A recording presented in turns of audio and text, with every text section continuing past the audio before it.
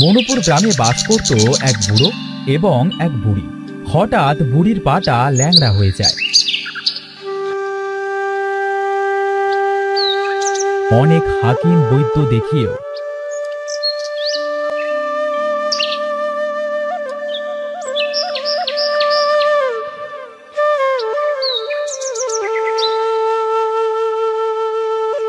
যখন বুড়ির পাটা ভালো হচ্ছিল না, তখন বুড়ি খুব ভেঙে পড়ল।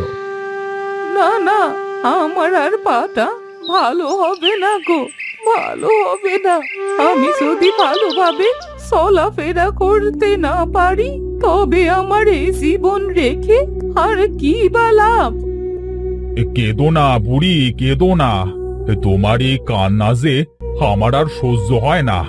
আমি তোমার জন্য এবার একটা ভালো তান্ত্রিকের ব্যবস্থা করব। তো হেকিম দেখালাম, বৈদ্য দেখালাম, কিছুই যখন হলো না, তখন তান্ত্রিকেই বা কি করবে? এবার শুনেছি নীলাঞ্জনা নদীর ধারে এক বিশাল বড় তান্ত্রিক আছে। তার কাছে এক জোড়া রূপোর জুতো আছে। কেউ যদি সেই জুতাটা পায়ে দেয়, তবে সে নাকি সুস্থ হয়ে যায়। কিন্তু নীলাঞ্জনা নদী তো অনেক দূর। এই পথ পাড়ি দিয়ে তুমি কিভাবে যাবে? এতটা পথ আর কোথায়, হাঁটতে হাঁটতে ঠিক পৌঁছে যাব। তোমাকে ভালো করবার জন্য এতটুকু পথ আমার কাছে কিছুই না। বুড়ির কাছ থেকে বিদায় নিয়ে বুড়ো চলল নীলাঞ্জনা নদীর ধারে তান্ত্রিকের কাছে। তান্ত্রিকটা আসলে একটা ডাইনির স্বামী ছিল, সেটা বুড়ো জানতো না। বুড়ো যখন নীলাঞ্জনা নদীর ধারে তান্ত্রিকের কাছে পৌঁছালো, তান্ত্রিক তাকে দেখে বলল, কি হয়েছে জনাব? কি চাও আমার কাছে? বলো, আমি তোমাকে কিভাবে সাহায্য করতে পারি? আমার বউয়ের পাটা হঠাৎ ল্যাংড়া হয়ে যায়। সে অনেক কষ্টে চলাফেরা করে। তাই আমি এসেছি তোমার কাছে, যদি আমার বউয়ের পাটা ভালো করে দিতে পারো। ওই দেখো, ওই রূপোর জুতোটা পায়ে দিলে তোমার বউয়ের পা ভালো হয়ে যাবে। তবে আমাকে উপহার স্বরূপ কারোর আত্মা দিতে হবে। তবে তাই হোক, এই কারোর আত্মার বিনিময়ে যদি আমার বউ সুস্থ হয়ে যায়, তবে আমি সেই আত্মা দেব। আচ্ছা ঠিক আছে, তবে এই নাও সেই রূপার জুতা।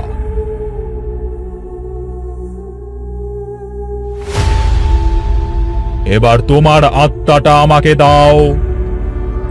হ্যাঁ, আমারও একটা শর্ত আছে। বলো, তোমার কি শর্ত? আমি এখান থেকে চলে যাবার পরে এই জুতাটা আমার বউয়ের কাছে দেবার পরে তুমি আমার আত্মাটা নিও, কেমন? আচ্ছা ঠিক আছে, তবে তাই হবে।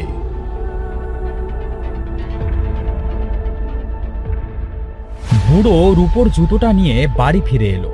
বাড়ি ফিরে এসে সে বুড়ির কাছে রূপোর জুতোটা দিয়ে বলল, এটা জাদুর রূপার জুতা।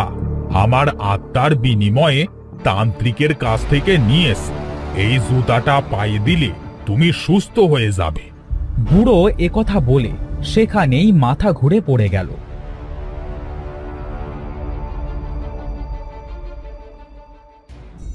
বুড়ি তার নাকের কাছে হাত নিয়ে দেখল যে বুড়োটা শ্বাস নিচ্ছে না। বুড়োকে ধরে তো বুড়ি অনেক কান্নাকাটি করল। সে বুড়োর দেওয়া জুতোটা পায়ে দিয়ে দেখল যে তার পাটা তখনও ভালো হয়নি। ওই হতচ্ছাড়াটা আমার স্বামীর সাথে এত বড় বেইমানি করলো, এর শাস্তি যে ওকে পেতেই হবে। আমি ওই হতচ্ছাড়ার কাছে গিয়ে জিজ্ঞেস করব, কেন সে আমার স্বামীর সাথে এত বড় বেইমানি করলো। বুড়ি তার ল্যাংড়া পা নিয়ে সেই নীলাঞ্জনা নদীর ধারে তান্ত্রিকের বাড়ির উদ্দেশ্যে রওনা দিল। সে তার ল্যাংড়া পা নিয়ে একবার হেঁটে, একবার বসে, এভাবে কিছুটা পথ পাড়ি দিল। তার পায়ে অনেক ব্যথা অনুভব করবার জন্য একটা গাছের নিচে বসল। হঠাৎ গাছ থেকে একটা ডাইনি বুড়ি নিচে নেমে এসে বলল, বিপদ, খুবই বিপদ। ওই শয়তান অসাধু তান্ত্রিক তোমার স্বামীর আত্মা তার রূপোর জুতোয় বন্দি করেছে। ডাইনি বুড়ি, তা তুমি কি করে জানো আমার স্বামীর কথা? আমিও যে তোমার মতোই বিপদে পড়েছি। ওই তান্ত্রিক বুড়োটা আমার স্বামী। সে আমার থেকে সব শক্তি ধোঁকা দিয়ে কেড়ে নিয়েছে। তান্ত্রিকটা তো এই রূপোর সুতার বিনিময়ে আমার স্বামীর আত্মাটা কেড়ে নিল, কিন্তু জুতোটা তো নকল। এখন আমি কি করব? তুমি কেঁদো না, তান্ত্রিকের আস্তানায় সেই নকল রূপার জুতাটার ভেতরে কাচের কৌটোয় একটা প্রজাপতি দেখতে পাবে। ওই প্রজাপতিটা মারলেই তান্ত্রিকটা মারা যাবে, আর তোমার স্বামীর দেহে তার আত্মা ফিরে পাবে। কিন্তু ওই রূপোর জুতোটা কি আমি আর পাবো না? আমি যে আমার এই ল্যাংড়া পাটা ভালো করতে চাই। তান্ত্রিক মারা গেলে জুতোটা তখন তুমি পায়ে দিও, দেখবে তোমার ল্যাংড়া পা ভালো হয়ে যাবে। আর জুতোটাকে তুমি যা বলবে তাই শুনবে। আমার যতই কষ্ট হোক না কেন, যে কোনো উপায়ে ওই তান্ত্রিকের কাছে যে আমাকে পৌঁছতেই হবে। তোমাকে দেবার মতো আমার কাছে আর কিছুই নেই, তবে এই বিষাক্ত তীরটা তোমার কাছে রাখো। এটা তান্ত্রিকের গায়ে মারলে কিছু সময়ের জন্যে অজ্ঞান হয়ে থাকবে, তখন তুমি তোমার কাজটা পূরণ করতে পারবে।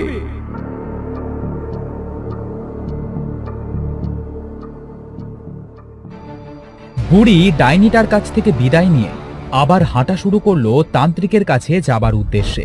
এদিকে তান্ত্রিক বুড়োর আত্মাটা পেয়ে খুশি হয়ে বলল, এবার আমি হব এই পৃথিবীর শ্রেষ্ঠ অমর তান্ত্রিক। আমি ডাইনির সব শক্তি নিয়েছি, দরকার ছিল আর একটা জীবন্ত আত্মা, সেটাও পেয়ে গেছি। আর কি চাই আমার? এমন সময় বুড়ি এসে সেখানে পৌঁছালো। তান্ত্রিকের কথা শুনে বলল, শয়তান হতচ্ছাড়া তান্ত্রিক, তুই আমার স্বামীকে ঠকিয়েছিস। তোর এই অসৎ উদ্দেশ্য কোনোদিনও পূর্ণ হবে না। পূর্ণ তো হয়েই গেছে, আর কিছু সময়ের অপেক্ষা বাকি। এরপরে আমি হব পৃথিবীর শ্রেষ্ঠ অমর তান্ত্রিক। এই পৃথিবী আমার হাতের মুঠোয় আনবো, শুভ শক্তির বিনাশ ঘটিয়ে অশুভ শক্তিকে নিমন্ত্রণ করে। শয়তান তান্ত্রিক, আমার স্বামীর আত্মা ফিরিয়ে দে বলছি, না হলে তোর আজ ঘোর বিপদ আছে। ল্যাংড়া বুড়ি, ভালোভাবে তো নিজেই হাঁটতে পারিস না, তুই আর আমার এমন কি বিপদ ঘটাবি? দাঁড়া, তোকে দেখাচ্ছি মজা। আমাকে ল্যাংড়া বলা? আমার বুড়ো তাই কোনোদিনও আমায় ল্যাংড়া বলেনি, আর তুই কি না আমায় ল্যাংড়া বললি? এ কথা বলে বুড়ি তার হাতে থাকা বিষাক্ত তীরটা তান্ত্রিকের গায়ে ছুঁড়ে মারল। তান্ত্রিক সাথে সাথে সেখানেই জ্ঞান হারালো। যত তাড়াতাড়ি সম্ভব সেই জুতোটা আমায় খুঁজে বের করতেই হবে।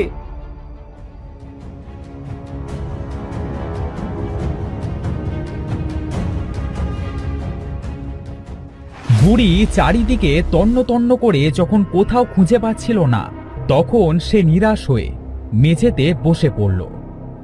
আমি কি আমার বুড়ো আত্মাটা ফিরিয়ে দিতে পারবো না? কোথায় খুঁজবো সেই রূপোর জুতা? হায় আল্লাহ, সাহায্য করো আমায়। এমন সময় বুড়ি দেখল তান্ত্রিকের টেবিলের নিচে একজোড়া রূপার জুতা চিকচিক করছে। বুড়ি সেখান থেকে উঠে গিয়ে জুতার ভেতর থেকে কৌটাটা নিয়ে প্রজাপতিটাকে মেরে ফেলল। ডাইনির কথা অনুযায়ী আমি তো তান্ত্রিককে মেরে ফেললাম। নিশ্চয়ই আমার বুড়োর দেহে তাহলে প্রাণ ফিরে এসেছে। আমাকে এখনই বাড়ি ফিরে যেতে হবে। বুড়ি সেই রূপার জুতাটা পায়ে দিল। পায়ে দেবার সাথে সাথেই তার ল্যাংড়া পাটা ঠিক হয়ে গেল। এই তো আমার পা তো ঠিক হয়ে গেছে। আমি ভালো হয়ে গেছি। জুতা, তুই আমাকে বাড়িতে নিয়ে চল। বুড়ি একথা বলবার সাথে সাথে জুতোটা তাকে উড়িয়ে নিয়ে বুড়ির বাড়ি গিয়ে থামল। বুড়ি ঘরের ভেতর গিয়ে দেখল বুড়ার দেহে তার আত্মা ফিরে এসেছে। ওগো, তুমি সুস্থ হয়ে গেছো? তুমি এখন ঠিক হয়ে গেছো তো? শয়তান তান্ত্রিককে উত্তম শিক্ষা দিয়ে এসেছি। আমি আবার ঠিক হলাম কি করে? আর তুমি তান্ত্রিককে কি করেছো? বুড়ি তখন সব ঘটনা বুড়ার সাথে খুলে বলল। সব শুনে বুড়া বলল, বাহ বুড়ি বাহ, এই তোমার মাথায় তো দেখছি বেশ বুদ্ধি আছে। এই শয়তান তান্ত্রিককেও মারলে, আবার জুতাটাও নিয়ে এলে। যেমন কর্ম ঠিক তেমনি ফল। ওর এটাই পাওনা ছিল। এখন থেকে আমরা এই রূপোর জুতো নিয়ে সুখে শান্তিতে দিন কাটাবো, বুঝেছো? হে, আমার আর কিচ্ছু দরকার নেই বুড়ি। হ্যাঁ, তুমি সুস্থ হয়েছো, এতেই আমি অনেক খুশি। এরপর বুড়া ও বুড়ি তাদের সেই রূপার জুতা নিয়ে সুখে শান্তিতে দিন কাটাতে লাগলো।